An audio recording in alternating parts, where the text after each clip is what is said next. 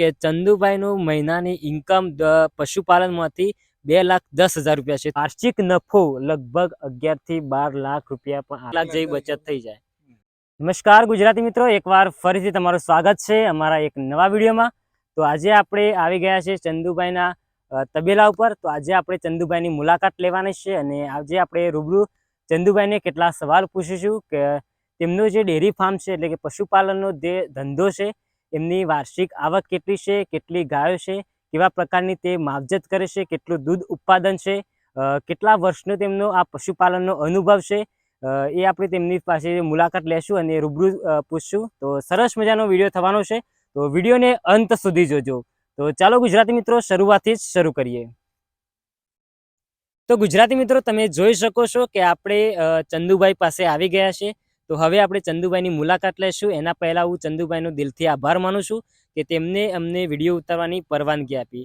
તો ચંદુભાઈ, પહેલાં એ મને જણાવશો કે હાલ તમારી ઉંમર કેટલી છે? મારું નામ ચંદુજી કચરાજી, રવાન પિંપરપુરા, સાબલિયા. અને મારે પહેલથી ઉંમર 60 વર્ષ. ગુજરાત મિત્રો, હવે આપણે ચંદુભાઈને એ પૂછીશું કે એમને આ પશુપાલનના વ્યવસાયની શરૂઆત કેવી રીતે કરી, એટલે કે જ્યારે તેમને શરૂઆત કરી ત્યારે કેટલી ગાયોથી શરૂઆત કરી અને શરૂઆતમાં એમની ગાયોનું દૂધ ઉત્પાદન કેટલું હતું એ પણ આપણે હવે ચંદુભાઈને પૂછીશું.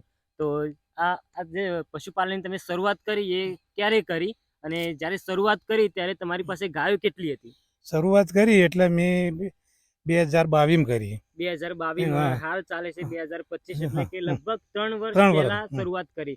તો શરૂઆત કરી ત્યારે તમારી પાસે કુલ ટોટલ ગાયો કેટલી હતી? 100 ગાય લાવ્યો હું પહેલા. ટોટલ 100 ગાયો ટોટલ લાવ્યા. શરૂઆત માટે 100 ગાયોથી શરૂઆત કરી. અને શરૂઆત કરી ત્યારે ગાયનું દૂધ ઉત્પાદન કેટલું હતું? દૂધ ઉત્પાદન મારી જોડે 65 લીટર છે. 60 થી 65 શરૂઆતમાં એક દિવસમાં 65 લીટર. તો ગુજરાતી મિત્રો, તમે જોઈ શકો છો કે જ્યારે ચંદુભાઈએ પોતાના પશુપાલન વ્યવસાયની શરૂઆત કરી ત્યારે 6 ગાયોથી તેમને શરૂઆત કરી અને શરૂઆતનું દૂધ ઉત્પાદન 60 થી 65 લીટર હતું. અને અત્યારે તો તમે જોઈ શકો છો કે ઘણી બધી ગાયો છે અને અત્યારે આપણે એ પણ જોઈશું કે અત્યારે એમનું દૂધ ઉત્પાદન કેટલું છે એ હવે આપણે ચંદુભાઈને પૂછીશું. તો મિત્રો, હવે આપણે ચંદુભાઈને એ પૂછીશું કે હાલ તેમની પાસે કેટલી ગાયો છે અને જેટલી પણ ગાયો છે એમનું ટંકનું દૂધ કેટલું છે એ હવે આપણે ચંદુભાઈને પૂછીશું. તો અમને એ જણાવશો કે હાલ તમારી પાસે કેટલી ગાયો છે અને તેનું દૂધ ઉત્પાદન કેટલું છે ટંકનું? હાલ મારી જોડે 30 ગાય છે. ટોટલ વર્ષે મેં વધારે જ જો ગાયો વધારે જ જો. જેમ જેમ શરૂઆત કરી એમ વધારે ગાયો જ વધારે જ જાય. પોત લાવી જો. બરાબર. હા, તો અત્યારે મારી જોડે 112 લીટર દૂધ છે. ટંકનું 112 લીટર. ગુજરાત મિત્રો, તમે જોઈ શકો છો કે ટંકનું 112 એટલે કે દિવસનું 224 લીટર દૂધ છે. તો મિત્રો, હવે આપણે ચંદુભાઈને એ પૂછીશું કે આટલી બધી ગાયો છે તો મેનેજમેન્ટ કઈ રીતે કરે છે, એટલે કે તે પોતાની ગાયોને શું ઘાસચારો આપે છે, કયું ખાણદાણ આપે છે અને કેવી રીતે માવજત કરે છે એ પણ આપણે તેમને પૂછીશું. તો ચંદુભાઈ, અમને એ જણાવશો કે આટલી બધી ગાયો છે એમાં તમે ઘાસચારામાં શું આપો છો પોતાની? ઘાસચારામાં મારી જોડે 3 થી 4 વીઘા જમીન છે. 3 થી 4 વીઘા જમીન. 2 વીઘા મારે મકાઈ વાવું છું. હા, પછી ઘાસ વાવું છું અને એક ટાઈમ સૂકું દાણ આપું છું. સૂકું દાણ આપો? હા, સૂકું. તો ગુજરાતી મિત્રો, તમે જોઈ શકો છો કે ઘાસચારામાં એમને 2 વીઘામાં મકાઈ વાવી છે, એટલે કે લીલવણમાં મકાઈ છે અને સૂકું ઘાસ પણ આપે છે. અને ખાણદાણમાં કોણ કઈ વાપરો? સાગરદાણ વાપરું છું, વત્તા મકાઈ પાપડી અને પશુ આહાર લાવું છું. પશુ આહાર, પાપડી અને સાગરદાણ, આ 3 ખાણદાણ તેમને ઉપયોગ કરે છે. અને પાણીની વ્યવસ્થા મારે પોતાનો બોર છે. અને પોતાનું જ છે. પોતાની 2 વીઘા જમીનમાં બનાવી. તો મિત્રો, તમે જોઈ શકો છો કે ચંદુભાઈ પાસે પોતાની જમીન છે, પોતાનો બોર છે, એટલે કે પશુપાલન માટે જે પણ વસ્તુ જોઈએ એ તમામ એમની પાસે છે. અને આજે એક સફળ પશુપાલન કહી શકાય એમને કર્યું છે. તો ગુજરાતી મિત્રો, હવે આપણે ચંદુભાઈને એ પૂછીશું કે તેમની પાસે આટલી બધી ગાયો છે તે તેમની સાર સંભાળ કોણ રાખે છે. તો ચંદુભાઈ, તમે એ જણાવશો કે આટલી બધી ગાયો છે એની સંભાળ તમે પોતે જ રાખો છો કે તમારી પત્ની મદદ કરાવે છે કે બાળકો મદદ કરાવે છે? સાત સંભાળો મારા એક નાનો છોકરો છે. એમના ઘરથી 2 માણસ રાખો છું. 2 માણસ રાખે છે. માણસને પગારમાં એમને 25,000 આપું છું. પગાર 25,000. દોવાનું ઘાસચારો નાખવાનો, માવજત કરવાનું, બધી માવજત દોવાનું કરવાનું, બધું 25,000 પગાર મહિને. મેનેજમેન્ટ છોકરો કરે છે અને એમના ઘરથી ઘાસચારો કાપવાનો ને બધું. તો ગુજરાતી મિત્રો, તમે જોઈ શકો છો કે ચંદુભાઈ સરસ મજાની વાત કરી કે આટલી બધી ગાયોનું મેનેજમેન્ટ એમનો દીકરો કરે છે. એમની દીકરાની જે પત્ની છે એ ઘાસચારો બધું લાવી આપે અને 3 માણસ પણ રાખેલા છે. તો દોવાનું કામ, સફાઈનું કામ એ બધું જ એના માટે માણસ રાખ્યો છે અને મહિનાનો પગાર એ 25,000 રૂપિયા ચૂકવે છે.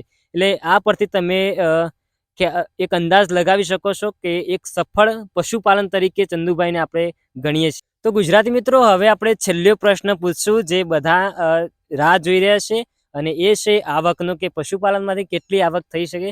તો આટલી બધી ગાયો છે, તો ચંદુભાઈને કેટલી આવક થાય છે એ પણ આપણે એમને સવાલ પૂછીશું.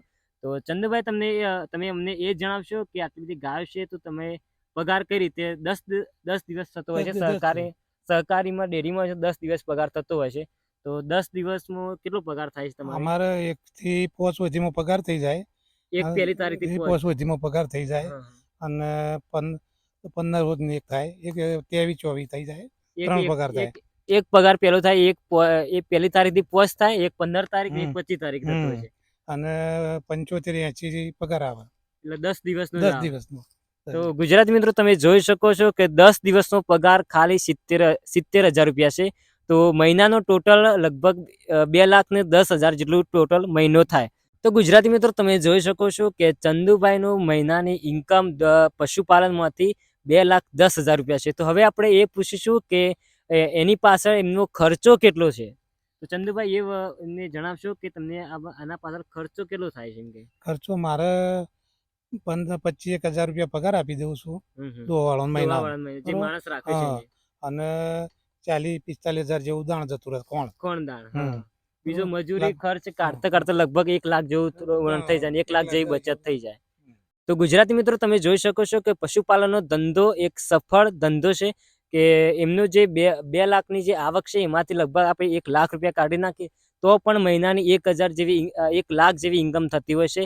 તો આ જે સરકારી નોકરી હોય છે, એમાં પણ આટલો પગાર હોતો નથી. પરંતુ આ ધંધામાં પૂરેપૂરી માવજત રાખવી પડે, બધી રીતે સાવચેત રાખવી પડે, મેનેજમેન્ટ કરવું પડે, એ બધું હોય છે. મેનેજમેન્ટમાં એવું છે કે ગાભણ કોઈ ગાય હોય, કોઈ દૂધવાળીઓને રાખવી પડે, બીમારીની રાખવી પડે, આ બધી બહુ કાળજી આપવી પડે, બહુ માવજત રાખીએ તારે. એટલે ધારો કે આ બધી ગાયો છે, એમાં ખૂબ માવજત રાખીને તાણે આટલું બધું આપણે દૂધ ઉત્પાદન મેળવી શકીએ છીએ.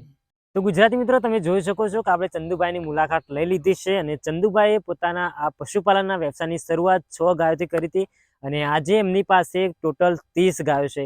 તો તમે પણ આ રીતે નાનામાંથી શરૂઆત કરી શકો છો, અને જેમ જેમ ઇન્કમ વધતી જાય તેમ તેમ તમે તે ગાયોની વધારી શકો છો, અને પોતાની ઇન્કમ પણ વધારી શકો છો. એમને કહ્યું કે અમારા ટંકનો જે પગાર આવે છે એ 70,000 આવે છે. એટલે આપણે ટોટલ માર્યું કે મહિનાનો એમની આવક છે 2,10,000, અને ખર્ચ કાઢતા 1 લાખ જો આપણે ખર્ચ કાઢી નાખીએ, તેમ છતાં પણ 1 લાખ જેવી બચત થાય છે. અને છેલ્લે તેમને એમ પણ કહ્યું કે અમારી બધી જે ગાયો છે, 30 ગાયો છે, એનો વાર્ષિક નફો લગભગ 11 થી 12 લાખ રૂપિયા જેવો આવે છે. તો આ પરથી તમે અંદાજ લઈ શકો છો કે પશુપાલનનો ધંધો દરેક માણસે કરવો જોઈએ. આજ નહીં તો કાલ જે પશુપાલનનો ધંધો છે એ આપણને ઇન્કમ જનરેટ કરતો હોય છે, પરંતુ એના માટે આપણે પોતાની જે ગાયો હોય કે ભેંસો હોય, એમની માવજત પણ આપણે સારી રીતે કરવી જોઈએ. અને પશુપાલન ધંધા માટે જે પણ વસ્તુ જરૂર હોય એ પણ આપણી પાસે હોવી જોઈએ, જેમ કે ઘાસચારો છે, પશુની માવજત માટે જો માણસ રાખવા હોય તો એ પણ રાખી શકીએ, પાણીની વ્યવસ્થા, ખાણદાનની તમામ વ્યવસ્થા જો તમારી પાસે ઉપલબ્ધ હોય તો આ ધંધો પણ તમને નોકરી કરતી પણ આગળ લઈ જઈ શકે છે. તો તમે પણ પશુપાલનનો ધંધો કરી શકો છો, જેવી રીતે ચંદુભાઈએ પોતાના આ પશુપાલન ધંધાની શરૂઆત કરી. તો આજના વિડીયોમાં આટલું જ. જો આ વિડીયોમાંથી તમને કંઈ પણ શીખવા મળી હોય, થોડી ઘણી માહિતી તમને મદદગાર થઈ હોય, તો આ વિડીયોને લાઇક કરજો, અને આવા જ વિડીયો જોવા માટે અમારી આ ચેનલને સબસ્ક્રાઈબ જરૂર કરજો. તો ફરીથી મળીએ એક નવા વિડીયો સાથે. હર હર મહાદેવ, જય રામાધાણી.